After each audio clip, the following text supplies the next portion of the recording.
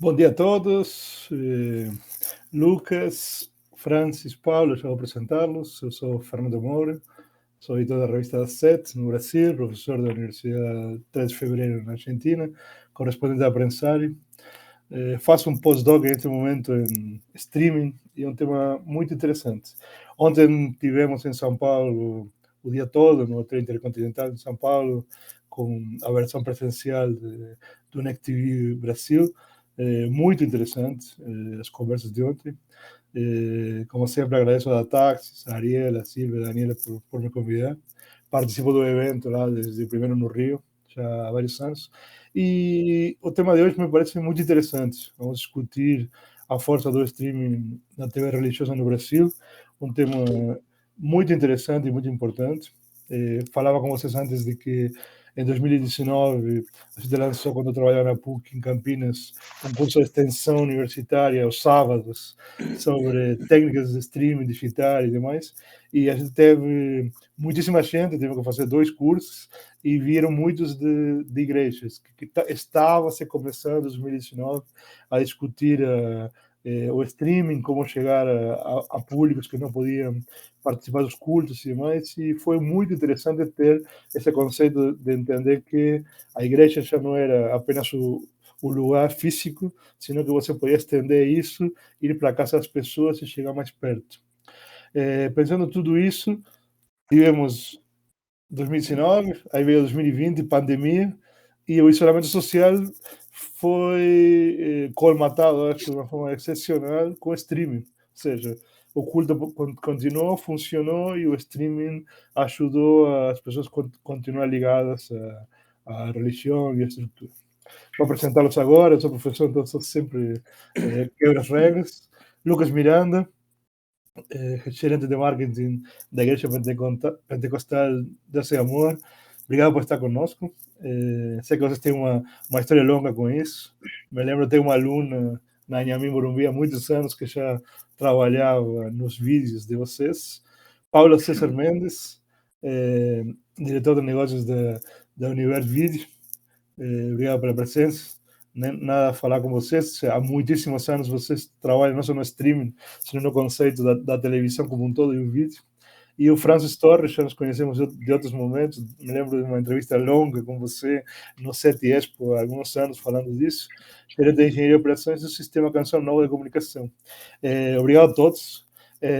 Obrigado por estar presentes aqui e entendendo também que o streaming é um complemento, uma estrutura de estruturas que vocês todos têm, não só no streaming, sino na televisão tradicional e nas rádios. Tá? Então, isso é interessante. Para começar com o Paulo, eu vou lhe perguntar como vocês funcionam na Igreja Universal, pensando no streaming, mas também pensando todo no conceito que vocês têm de há muitos anos, que é um conceito onde o vídeo é fundamental. Eu me lembro de vocês há muitos anos já ter satélite, estrutura, chegar a muitíssimos lados, e como que a estrutura do streaming, do VOD, funciona dentro desse ecossistema importante que vocês têm de chegar mais perto dos fiéis. Tudo bem, Fernando, Francis, Lucas e todos aí que nos acompanham nesse evento fantástico. Hoje, estou falando de hoje, mas vamos voltar então a 2016, onde a gente recebeu uma direção de criar uma igreja online. Então, o brainstorm que nos passaram, olha, vamos fazer uma igreja online de forma que nós possamos alcançar pessoas que não estejam fisicamente em São Paulo ou em lugares onde possuam igrejas para elas frequentarem, isso no âmbito do Brasil e no âmbito do exterior. E foi assim que começou a ideia do Univervídeo. Antes do Univervídeo, nós já tínhamos a TV Universal, que era um canal 24 horas online de distribuição, mas a ideia seria fazer algo mais estruturado. Então, juntamente com essa questão da igreja online, a gente deu uma ampliada no conceito, mais ou menos como o Netflix faz hoje. Então, o que é o Univervídeo? O Univervídeo é uma plataforma de streaming, hoje a maior plataforma de streaming do Brasil. Nós temos conteúdo sob assinatura, tem transmissões ao vivo também das reuniões, tem palestras, tem cursos, filmes.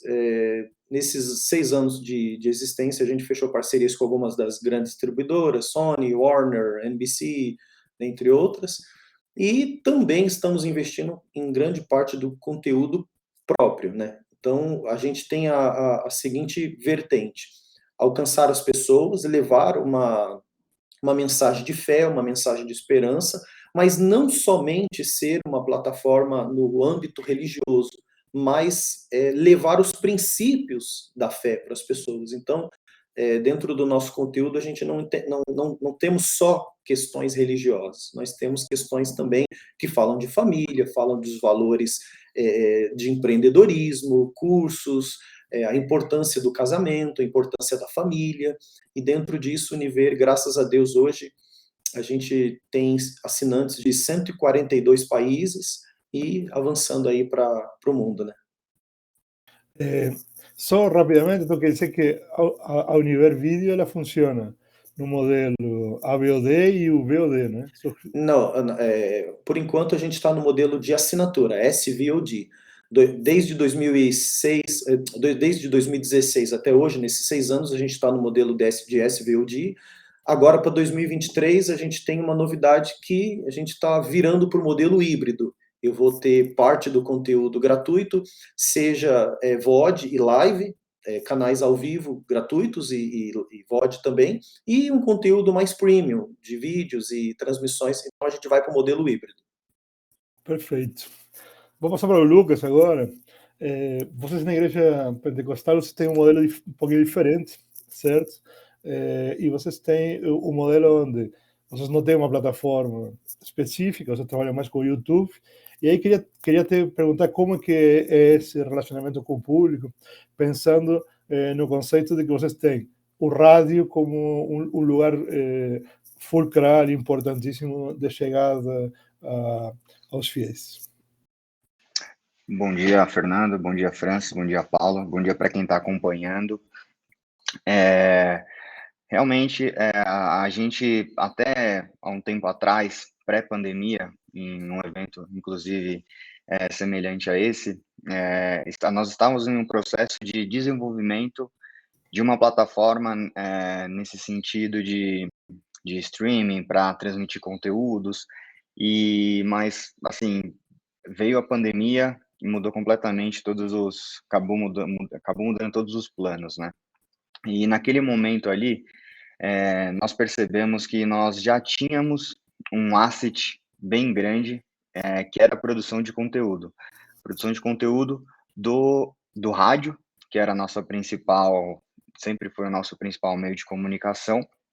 Então, nós, assim, paramos um projeto que precisaria estar indo atrás de produção exclusiva, de estar colocando a mão na massa. A gente sabe o trabalho que dá. Quando eu pego para olhar a plataforma da Univer, eu consigo ver ali meio que por trás, eu fico imaginando o trabalho que dá para construir aquilo ali. Assim, só quem realmente já tentou colocar um projeto desse de pé tem ideia da complexidade que está por trás daquilo. E a gente começou a simplesmente aproveitar esse conteúdo que nós já produzíamos nas igrejas e na rádio e disponibilizamos ele através do digital. Foi um movimento que a gente fez em relação ao custo-benefício de estar indo para um caminho de produção de conteúdo do zero, algo que nós não tínhamos nenhuma expertise, para simplesmente aproveitar esse conteúdo que já estava ali, era só estar divulgando ele através dos meios digitais, não teve muita dúvida. Foi o que a gente fez. A gente começou a fazer as transmissões pelo YouTube mesmo. A gente nem quis gastar tempo indo atrás de plataforma, nada. A gente só quis colocar para rodar. E conforme o resultado veio vindo, a gente preferiu não mudar a estratégia ali. A gente até tentava através e fazer algumas através de outras plataformas, como o Facebook, para ir testando, mas realmente o YouTube é a plataforma que foi a que melhor aderiu ao hábito de consumo do nosso público. E pensando nisso, antes de ir para Francis, no YouTube vocês têm o objetivo de chegar, mas também de monetizar, ou a monetização vem como consequência da visualização das pessoas? Eu não entendi, desculpa. Que no YouTube, você, a partir do momento que está no YouTube, você tem a possibilidade de monetização, né? Então, isso é uma coisa que Sim. vem à parte, ou seja, mais importante é chegar e depois pensar na monetização, ou com a monetização do YouTube você pode produzir mais? A verdade, a monetização, ela assim acaba que é um valor irrisório perto da produção de conteúdo que a gente faz, sabe? A gente, inclusive no começo, nós não tínhamos ativado a monetização, porque é algo que a gente sempre teve preocupação é assim, imagina alguém está acompanhando um culto ali, é uma transmissão da igreja, daí aparece uma propaganda de alguma coisa que é completamente contra os valores da igreja, alguma coisa nesse sentido.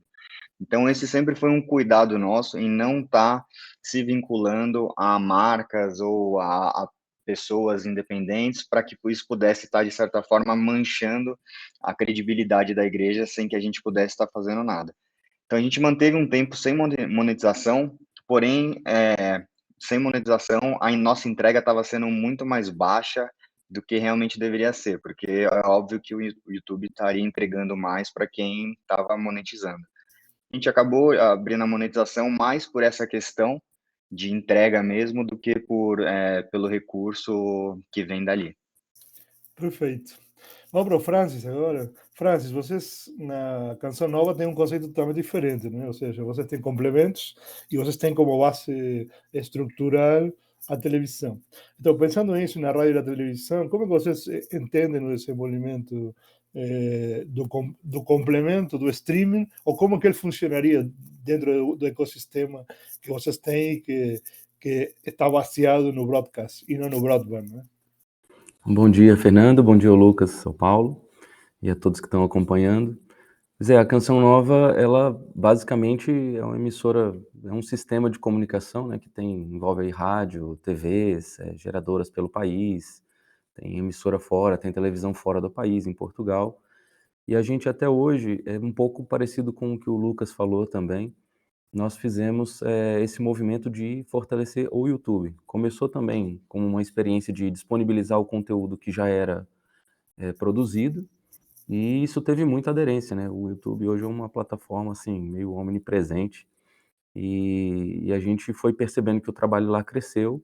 Então, há vários anos atrás, esse trabalho começou a ganhar um pouco mais de força, crescer um pouco. E o que está acontecendo agora com a Canção Nova é que a gente está fazendo um movimento de unificação dessas rádios, TVs e todo o trabalho de internet e mídias sociais num único sistema de comunicação, para tentar trabalhar um pouco mais integrado, né? Porque como as coisas foram nascendo ao longo do tempo e se desenvolvendo de forma independente quase, apesar de ser a mesma instituição, a produção ela não era integrada. Já há um bom caminho que a gente vem fazendo e agora isso se estabeleceu de fato numa única gerência, numa equipe de produção única, numa equipe de engenharia única, enfim.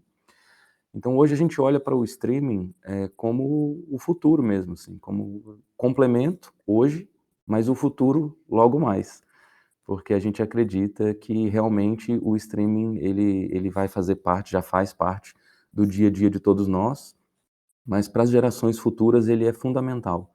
Então, uma vez que a gente tem essa ideia, né, e a ideia do nosso fundador aqui da Canção Nova, que é o Padre Jonas, é a ideia de levar o evangelho o mais longe que puder ser levado. Ele até tem uma frase engraçada, que como a gente falava de televisão, e nosso trabalho basicamente está baseado em televisão terrestre, ele dizia que onde tivesse uma agência do correio, ele queria um posto retransmissor. Tal era o desejo dele de fazer chegar essa mensagem do evangelho longe. Então hoje a gente entende que o streaming é essa via. É essa via, como eu disse, não só para agora, mas especialmente pensando nas gerações futuras, e a gente gostaria de fortalecer isso. Então começa junto com esse movimento de unificação dos conteúdos, também esse fortalecimento da plataforma de streaming, né? Hoje a gente utiliza o YouTube, mas logo breve a gente vai lá já lançar, faz parte da estratégia, uma plataforma própria. Perfeito, Francis. E pensando nisso, lanço a pergunta para vocês, depois vai para o Lucas e para o Paulo. Dentro dessas estratégias de unificação, falávamos um pouquinho antes de entrar que na pandemia o streaming acabou por ser muito importante no momento de poder chegar mais perto. certo? Claro que a televisão fazia isso há muitos anos, e vocês fazem isso há muitos anos, mas a pandemia acelerou esse processo? Vocês acham que esse conceito de, além de ser uma forma de difusão, também uma necessidade cada vez mais clara, além de que a gente tenha nativos digitais, ou seja, vocês acham que a pandemia acelerou o processo da chegada do streaming e do streaming ao vivo ser importante para quem está do outro lado? Acho que eu posso começar respondendo. Eu acredito que sim, assim, no caso da Sim, Igreja sim. Católica, né, que a Canção Nova está ligada.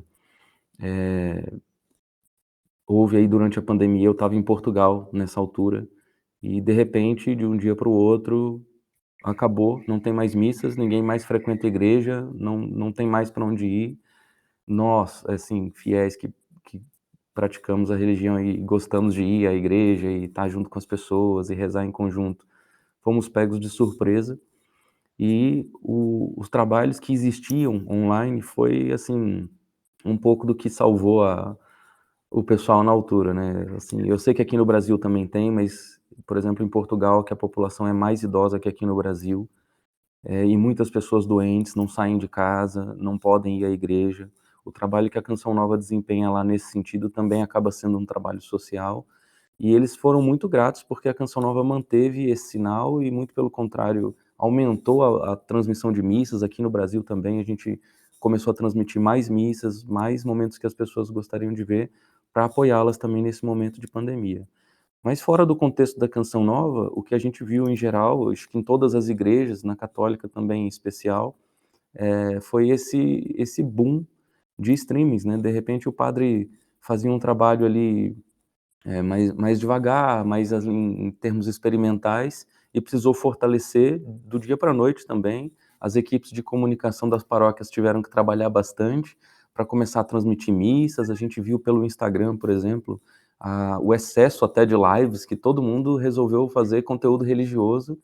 Então foi assim, acelerou para todo mundo, né, como no mundo, na educação, enfim, em todo lado. Eu acho que para a religião também foi fundamental para que as pessoas pudessem manter esse contato e se alimentar também da espiritualidade. Lucas, em vosso No, caso, no como caso, foi assim, essa? em relação, a gente já vinha transmitindo os cultos online do grupo de jovens.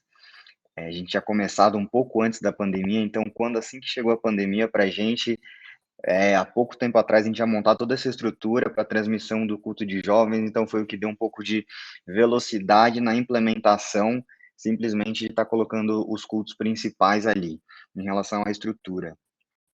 Em relação à audiência, foi algo que assim a gente já vinha metrificando isso, e eu diria que assim as métricas mais reais que a gente tem em relação à nossa audiência de rádio digital, os números, assim, são muito nítidos no gráfico que a gente tem, a linha que ela vem vindo, vinha subindo, porém, assim, uma subida leve. Porém, em março, quando teve o lockdown, anunciou o lockdown, ele dá um spike gigante para cima, assim, mais que dobra o número de acessos ali, aí ele vem caindo um pouco, aí quando abre tudo, vai voltando a poder ter culto, abrir, aí ele cai um pouquinho, mas não volta para o nível anterior, aí vendo no gráfico de novo a segunda onda, o segundo lockdown, aí dá outro spike para cima, aí agora veio caindo de novo, mas agora já ele teve essa queda normal, né, da reabertura, mas ele já está nos níveis praticamente alcançando ali o que teve os spikes de lockdown. Então, eu diria que a audiência que a gente está tendo online hoje já é praticamente a mesma de quando não estava havendo culto presencial. Então, é muito nítido, é muito claro como a pandemia abriu os olhos digitais para muita gente, trouxe acesso a muita gente, principalmente nas pessoas um pouco mais velhas que tinham um certo preconceito quando a gente se fala de fé. Um culto presencial é algo que tem algo um pouco diferente de um esporte, alguma coisa assim, algo que tem um cunho um pouco mais presencial. Então, acho que o preconceito era até um pouco maior em relação aos canais digitais, mas uma vez que a única opção que tem é o canal digital, e pela forma que foi por ter sido essa catástrofe, né, no qual abriu os olhos espirituais também para muita gente, foi algo que impactou bastante e fez com que trouxesse uma visão um pouco diferente do canal digital. Perfeito. Pensando nisso, Paulo, eu sei que não é o core business de vocês, mas a pandemia trouxe assinantes e, de alguma forma, vocês se pensaram em algum momento em introduzir dentro da plataforma? Eu sei que não é fácil, online Durante a e ao pandemia, vivo. o Niver ele começou antes da pandemia, né? Então, a gente, falando do Niver Vídeo, nós temos em torno de 500 transmissões por mês, né? 500 transmissões por mês em 8 idiomas. Então, a gente já vem disciplinando as pessoas a poderem assistir, acompanhar algum conteúdo que seja uma extensão da igreja, né? Então, não a igreja online em si como ambiente exclusivo, porque nós valorizamos, sim, que a pessoa vá presencialmente à igreja, é uma experiência diferente. O Lucas bem colocou, uma coisa é você assistir ouvir uma reunião, assistir uma reunião online, outra coisa é você estar ali presencialmente. O Francis também citou isso. A nossa fé envolve estar reunido entre pessoas, né? Ouvir a palavra ali pessoalmente, enfim. Mas durante a pandemia, o que nós fizemos? A gente abriu as nossas transmissões para as mídias sociais e procuramos alcançar o máximo de pessoas que não tinham acesso ao nosso modelo de negócio por conta de assinatura. A gente saiu abrindo a plataforma para todos. Hoje, nós continuamos mantendo as transmissões, né? Obviamente, a nossa audiência vem crescendo de tempos em tempos, anualmente, porque nós temos oferecido não só a parte do culto em si, mas uma parte, vou chamar de entretenimento cristão e de um auxílio e de sustentação à fé. Aquilo que a pessoa, de repente, não tem na igreja, ela consegue algo a mais dentro da plataforma. De qualquer forma, bem disse o Lucas, foi beneficial na questão de audiência, mas mesmo assim a gente tem trabalhado, olha, você que está assistindo o culto agora pelo Niver Vídeo, é importante você também ir presencialmente, a gente sempre reforça isso. Perfeito. E pensando nisso, e sobretudo nos picos de audiência que o Lucas falou e demais, Paulo, vocês fazem produções, sim? Como é que isso está? Porque na pandemia houve que parar algumas coisas. E vocês, o core business de vocês dentro da plataforma tem muita produção. Como é que isso está? Estamos começando a voltar à produção normal?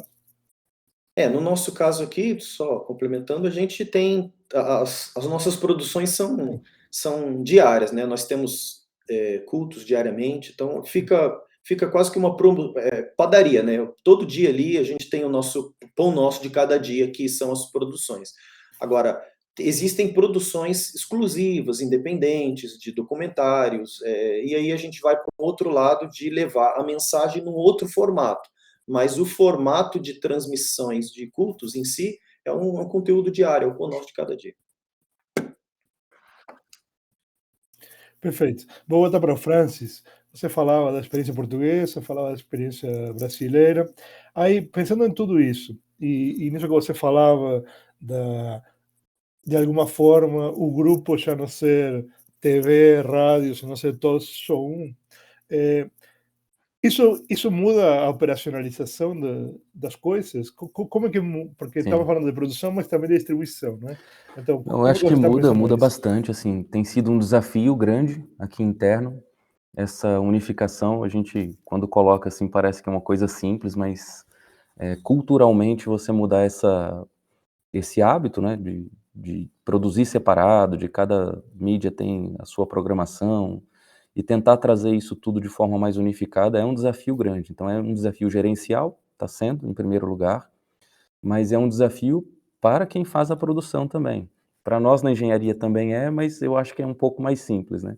Mas especialmente gerencial e produção, eu acho que é um desafio grande, mas o que a gente tem conversado internamente é que não tem como fugir disso.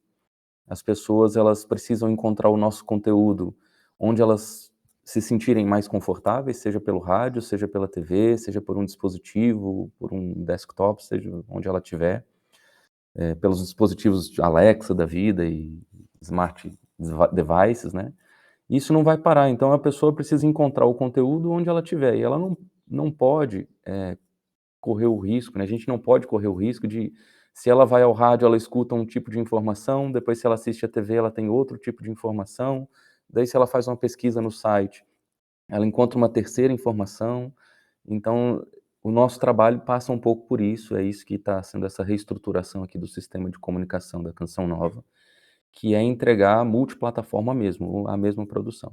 É um desafio bastante grande, tecnicamente, da minha área também é bastante grande, e operacionalmente, que também hoje estou com essa atribuição, é desafiante também, porque a gente tinha equipes que não se conversavam quase, né? E estavam habituadas a fazer aquilo. Então, quando você põe um operador que estava habituado ao ambiente da TV, eventualmente para gravar numa externa com o pessoal de web, por exemplo, ou de mídias sociais, ele sente um pouco, né? A produção sente, o operador sente. Então, é um desafio, mas eu volto a dizer, a gente hoje acredita que é o futuro, não só para o negócio, né, mas para que a gente comunique bem a mensagem do evangelho para as pessoas. Elas precisam encontrar esse conteúdo e ele precisa ser o mesmo, né.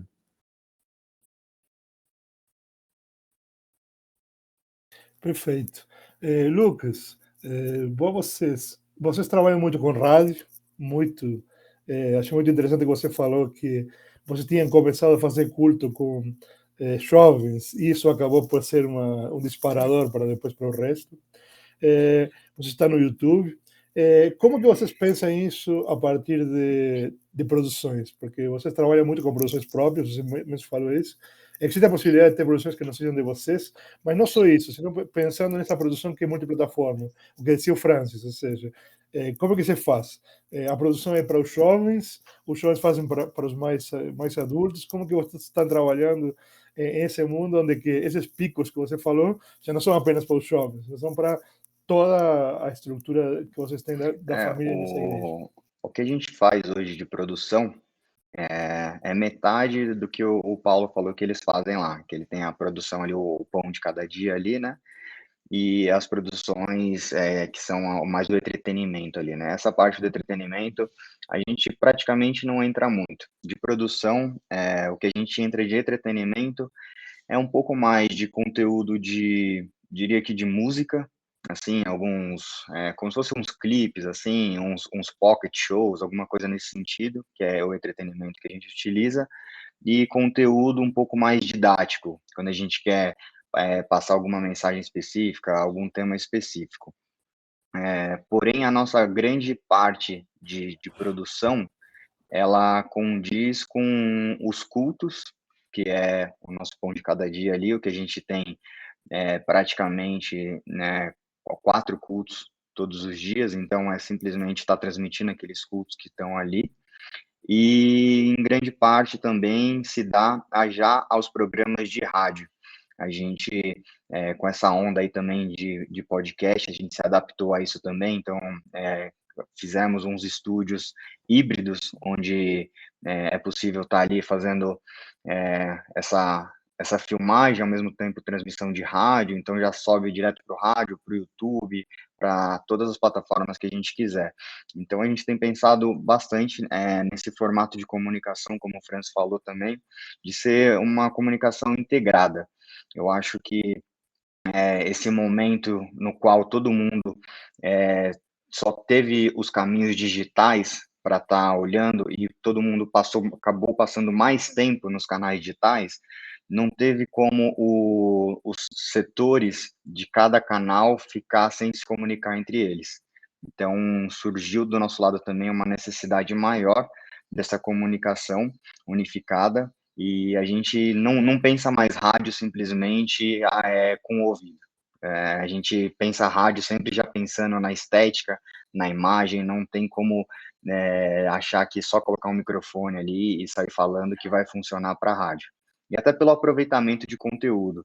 O Paulo falou que eles têm 500 transmissões ali por mês, eu imagino a loucura. A gente faz 100 por mês aí, aproveitando isso, já ganho bastante cabelo branco. Eles lá ali vezes 5, então eu não consigo imaginar o time que está debaixo dele para conseguir tocar tudo isso aí. Perfeito. Paulo, Ontem eu ouvi o Alessandro Malerba num evento presencial. Eu me lembro de conversar com o Malerba lá em 2012. Minha mulher Carolina trabalhava na Record e vocês iam começar a transmitir os Jogos Olímpicos em 2012, as primeiras transmissões online e demais. Como é que está esse processo de integração? Existe esse processo? Porque o Alessandro Maneiro falava sobre integração, cada vez ter mais conteúdos compartilhados, trabalhar na estrutura do Plus e com assinatura e sem assinatura. Existe esse caminho de convergência entre a Univídeo Sim, e os sim. produtos da A Record? Record é um parceiro de conteúdo nosso, né? É um parceiro de conteúdo. Nós temos outros parceiros de conteúdo também. A Record entra entre um dos nossos parceiros de conteúdo. Hoje, por exemplo, a gente disponibiliza na plataforma as novelas da Record, né? Inclusive a série atual Reis, a gente tem essa série disponível no Univer Vídeo para a nossa audiência poder acompanhar. O produto está no Play Plus, o produto também está no Univer Vídeo. Existe uma sinergia, a gente está ali dentro de uma mesma linha de conteúdo, mas também cada um segue o seu caminho, né? O Play Plus, a Record, ela tem um target, tem um público focado, né? A gente tem um nicho de público, e a sinergia também, além de conteúdo, a gente está buscando agora, em 2023, uma sinergia um pouco mais tecnológica, não só com a Record, mas com a Amazon e outros parceiros, para a gente conseguir permitir que as audiências dessas outras plataformas consigam também consumir o nosso conteúdo. Isso está dentro do nosso roadmap. Pensando nisso que você estava falando, era uma pergunta que eu tinha guardado. Você falou que vocês produzem para oito idiomas, 8 línguas. Então, o conceito de distribuição de vocês não é só no Brasil, sino no mundo todo. E como que São Paulo funciona? Porque não é tão fácil. O Lucas usa uma plataforma do Google, o Francis tem uma plataforma, mas vocês saem para fora. Aí trabalham com CDNs fora do Brasil. Como é que vocês trabalham isso? Estão me vendo? Não sei se me ouviu. Sim, sim. Não, mas eu sim. Eu Caiu minha câmera aqui. Mas como que a gente está fazendo em relação aos países, é isso? Sim, exatamente, porque você tem uma estrutura, imagina, individualizada, né? Ou seja, você faz transmissões ao vivo em diferentes línguas para diferentes países. Nossas transmissões, elas são originadas dos países propriamente, né? Então, no Brasil tem uma quantidade de transmissões, por exemplo, os Estados Unidos, eles fazem a transmissão de lá, né? Fazem as transmissões de lá para o público de lá. Rússia, Itália, França, México, Argentina. Então, nós temos polos, digamos assim, que são os polos desses idiomas que conseguem ter a autonomia, certa para fazer a produção do conteúdo, a live e a distribuição do conteúdo dentro da nossa plataforma. Perfeito. Pensando nisso, eu vou para o Francis. Você falava que está em Portugal. Como é que você trabalha essa integração entre países? E como é que Esse é um faz a distribuição? desafio. Eu acho que a gente tem essa intenção sempre, um pouco como o Paulo falou, a Canção Nova também tem filiais fora do país. Então temos Portugal, França, Itália, Israel, Estados Unidos, mas são sempre trabalhos locais, né? Eu acho que eles já estão um passo à frente aqui da gente, que seria trazer o conteúdo unificado. Então, hoje essa unificação acontece hoje no Brasil, né? Nós temos várias geradoras aqui no Brasil, 6 geradoras, 12 emissoras de rádio, enfim, integrar esse conteúdo no Brasil e depois dar esse passo fora do país para ter essas contribuições também externas. Acontecem já produções nesse sentido, a gente já transmite, por exemplo, na nossa televisão, e que acaba indo para o YouTube, que hoje é a plataforma que a gente está fortalecendo antes de virar para a nossa própria plataforma. Já acontecem transmissões de Israel, programas que acontecem produzidos nesses outros lugares.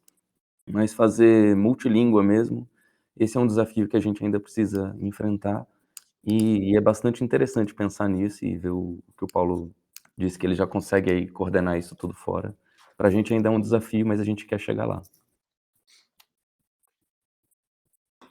E Lucas, vocês têm algum projeto nesse aspecto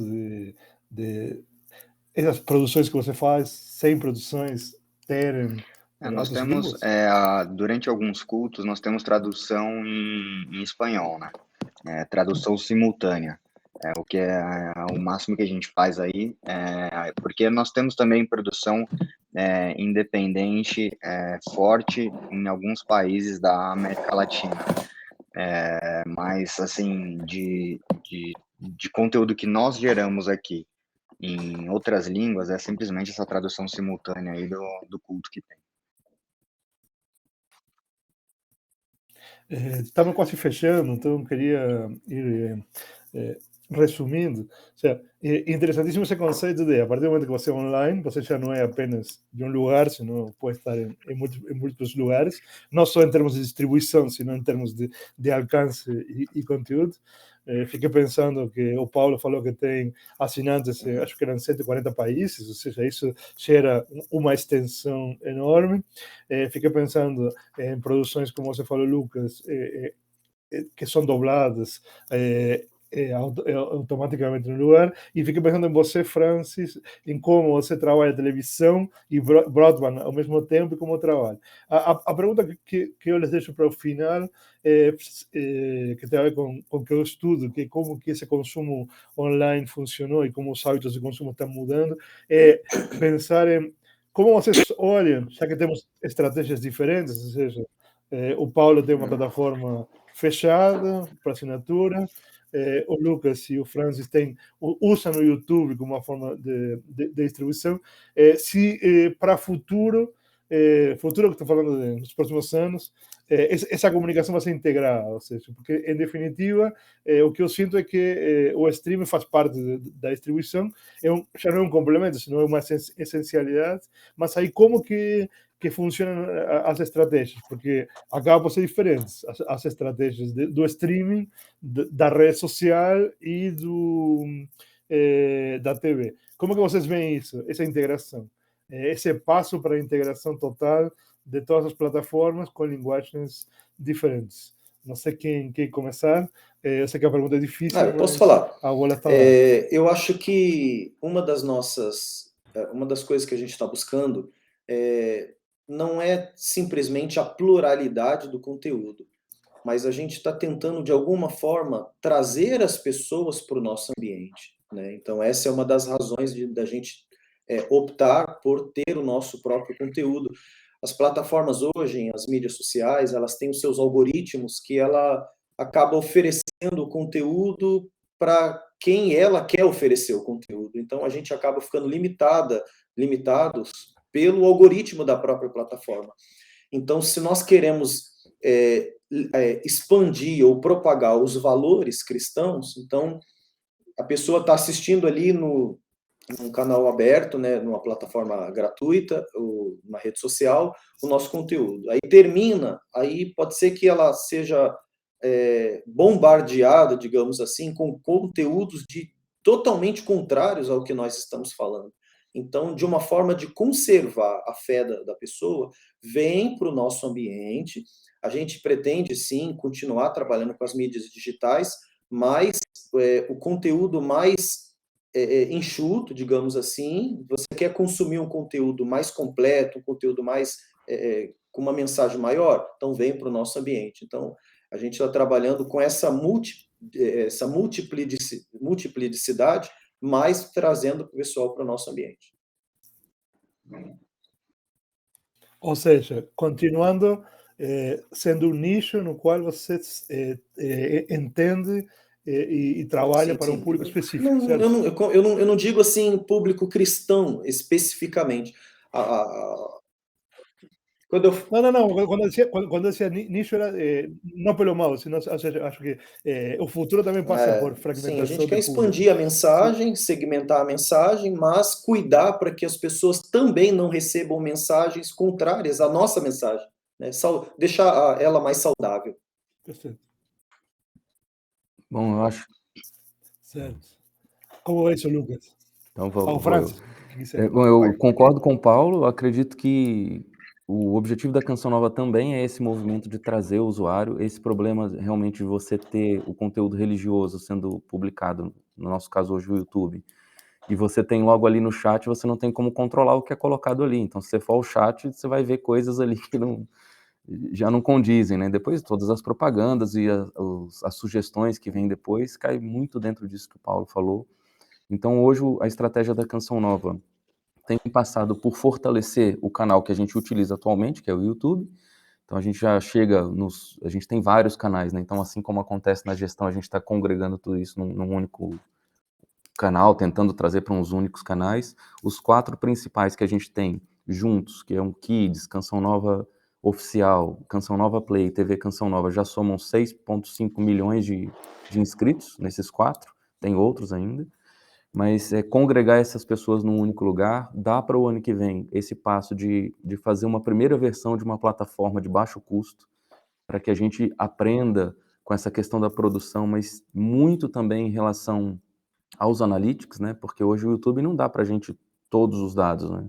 E a gente saber com quem fala para dar o passo depois de saber comunicar, seja por propaganda direcionada, seja por outra razão, a gente saber com quem está comunicando. Então, a estratégia da Canção Nova está passando por isso também, trazer o público para a sua própria plataforma, para evitar esses problemas que o Paulo tocou.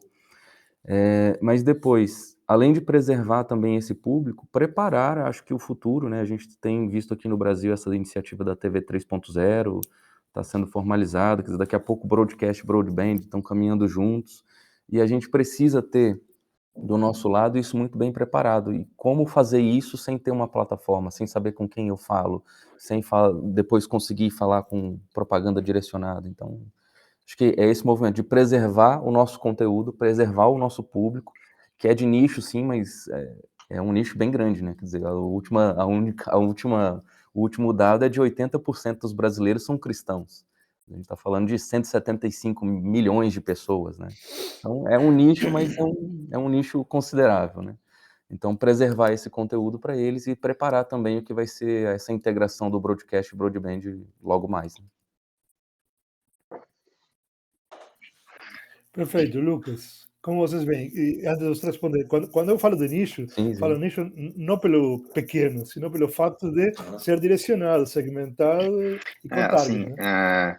eu acho extremamente importante estar presente em todas as plataformas, porque a plataforma diz muito sobre o hábito de consumo de cada pessoa. Tem pessoa que prefere assistir no Instagram, tem pessoa que prefere no YouTube, tem pessoa que prefere na TV original, vamos assim dizer. O que é importante ressaltar é que devemos tentar identificar qual que é a principal força daquele canal.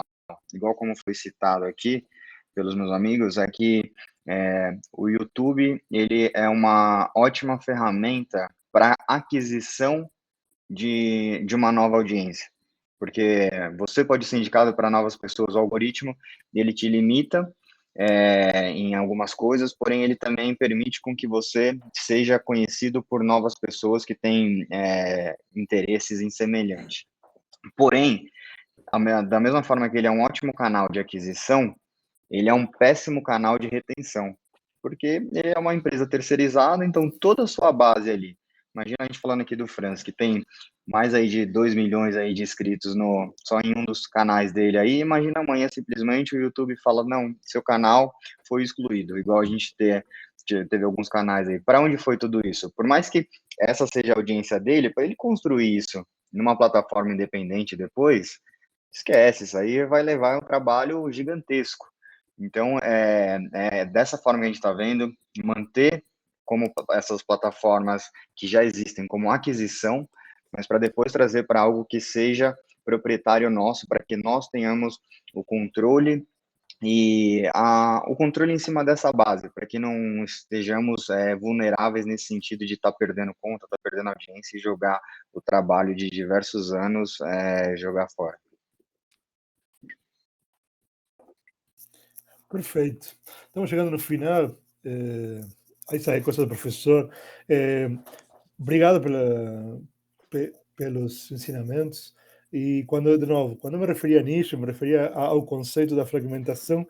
E a fragmentação é um tema interessante, porque parece falar de fragmentação é como falar de religião. Parece que é um problema. Eu acho que não é um problema. Nós estamos em um mundo onde a religião existe. Francis disse, 75% das pessoas são cristãs no Brasil, e a fragmentação faz parte dessa estrutura de você estabelecer lugares e funcionalidades. O Francis dizia agora que vê a TV 3.0, e talvez a TV 3.0 tenha como maior mais-valia de todas a possibilidade de você fazer um target advertising.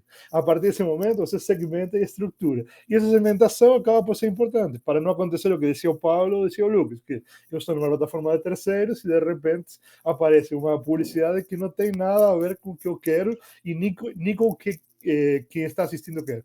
Então, acho que a fragmentação faz parte desse negócio global e estrutural no qual estamos vivendo. Agradeço muito, de verdade. Obrigado por estar presentes, pelos ensinamentos, e parece-me que o futuro passa por aí, passa por segmentação, estruturação e integração de produtos para continuar levando mensagens. Agradeço muito, estamos fechando, em 15 minutos vamos ter outro painel muito interessante. Eu que gosto de futebol acho incrível o conceito de que existem OTTs para federações de futebol e não só, que permitem de novo fragmentar. Se eu quero assistir um jogo das séries D do Campeonato Brasileiro e tem, por que não posso assistir em um lugar determinado? Da mesma forma que se eu quero assistir um culto, posso assistir, ou se quero ver um conteúdo específico que tem a ver com a família, como disse o Paulo, eu posso assistir. Acho que o mais interessante de tudo que temos neste mundo digital é a possibilidade de ter liberdade, escolhas e trabalhar desde o lugar que quisermos. Agradeço ao Paulo, agradeço ao Francis, ao Lucas. Teria gostado muito que fosse presencial, mas acho que no mundo online também a gente se entende. Até mais, muito pessoal. Obrigado, pessoal.